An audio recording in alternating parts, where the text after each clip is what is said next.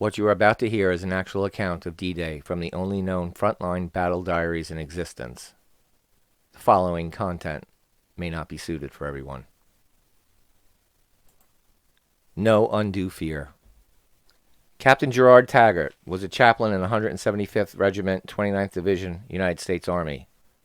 Let me tell you about his experience and share some quotes from his battle diaries. I remember him as an uncle who had been a great pitcher on a local minor league baseball team in Hudson Valley. The uncle who had turned down contracts with the Yankees, the Giants, the Dodgers to devote himself to the work of God in the priesthood. As I read the battle diaries, I was impressed by Father Jerry's dedication to bringing God to the troops as they trained for the invasion of Europe. Father Jerry knew that every fighting man had to be at peace with God.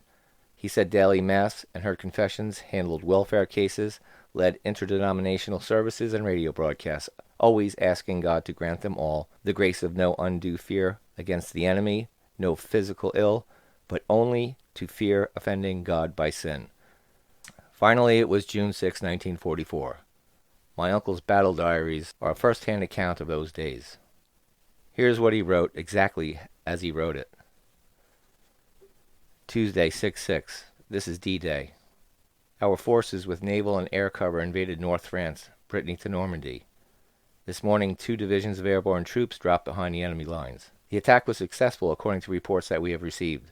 We are now headed towards France, scheduled to land in the 3rd wave. Hundreds of planes have been rowing back and forth across the channel all day.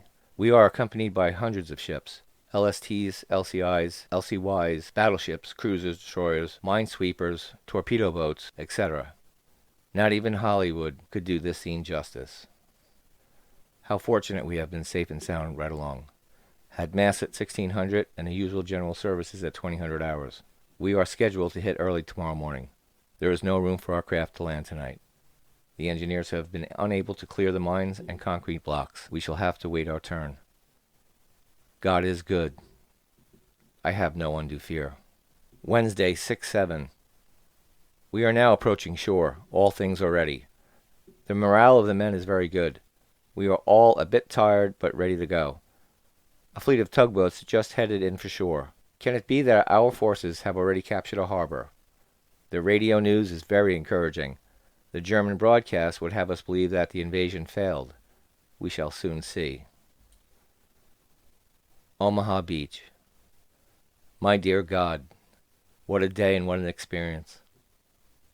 We hit the beach late morning and ran into anti-personnel mines, booby traps, etc. As I sit in the roadside resting before our next major attack, I am too tired and upset to describe the horrible effects that greeted our eyes on the beaches when we landed.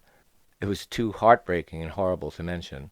Father Kelly survived the assault of yesterday and was a very busy, tired priest. At this point, we have already advanced some 5 miles, hounded continually en route by German snipers.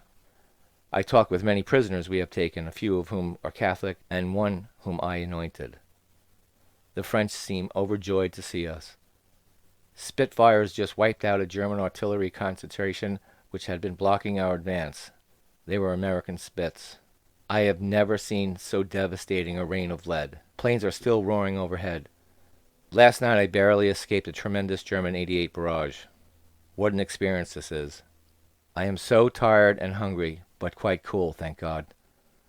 We continue to advance, although machine gun nests and snipers keep picking us off. Tonight we had a most frightful experience yet. We are all so weak and hungry, it was decided to bivouac for a spell. Snipers using tracer bullets revealed our position to an 88 battery. We were shelled unmercifully, suffering many casualties and fatalities in the battalion. All hell broke loose on us. My head is splitting. The boy I was holding next to me got it in both legs. Only a stone wall and the grace of God saved my life. We walked for hours after the barrage, collecting the dead and wounded. In the midst of it, we were stopped by the Luftwaffe. Had the Germans counterattacked, we would have been finished. Shortly after writing this, Father Jerry was hit by an enemy sniper round in a helmet. It knocked him down and unconscious while ricocheting between the steel pot and the helmet liner. Days later, after a slow advance against a tenacious foe, the platoon he was with stopped at a farmhouse. A German plane attacked, strafing and firing rockets. One of the rockets came through the thatch roof and embedded into a mattress, the one that Father Jerry was resting on. It was a dud. Weeks later, as the 29th Division battled toward Cherbourg, Father Jerry was caring for the wounded with the medics in an aid station when the Germans counterattacked and surrounded them. He went out, hands up, shouting, "Nicht schließen, don't shoot." He was ordered to bring everyone out. As he helped carry out the wounded, he spread the word. "These are SS troops. If they fire, hit the ground at first shot and don't move and don't even breathe." Sure enough, the SS troopers opened fire with their machine pistols.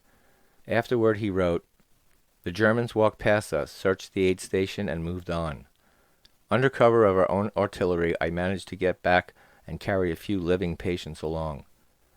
The next couple of hours were a nightmare. Still surrounded by the Germans, the guns of our own battalion and artillery, plus our planes began to rain shells and bombs, most of which fell all around us.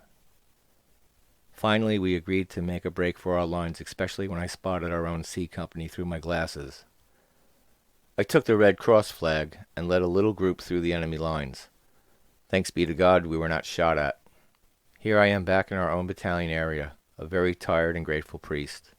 Despite the narrow escapes from death, the daily misery of the mud, the wet foxholes, the constant pounding of 88s, the mines, booby traps, snipers, and machine guns, etc., he stayed at the front.